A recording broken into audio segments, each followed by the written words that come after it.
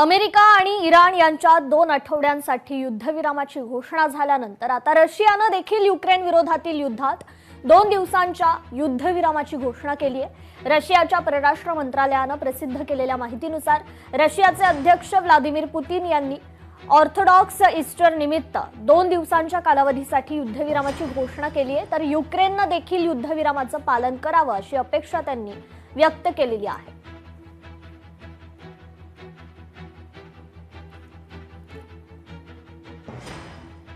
तर रशियाकडून आता 2 दिवसांसाठी युद्धविरामाची घोषणा करण्यात आलेली आहे। युक्रेन विरुद्ध ही लढाई सुरू आहे आणि या संघर्षात आता 2 दिवसांच्या युद्धविरामाची घोषणा या ठिकाणी व्लादिमीर पुतिन यांनी केलेली आहे। तर या ठिकाणी अमेरिका इराण नंतर आता रशिया आणि युक्रेनने देखील ही युद्धविरामाची घोषणा केलेली आहे।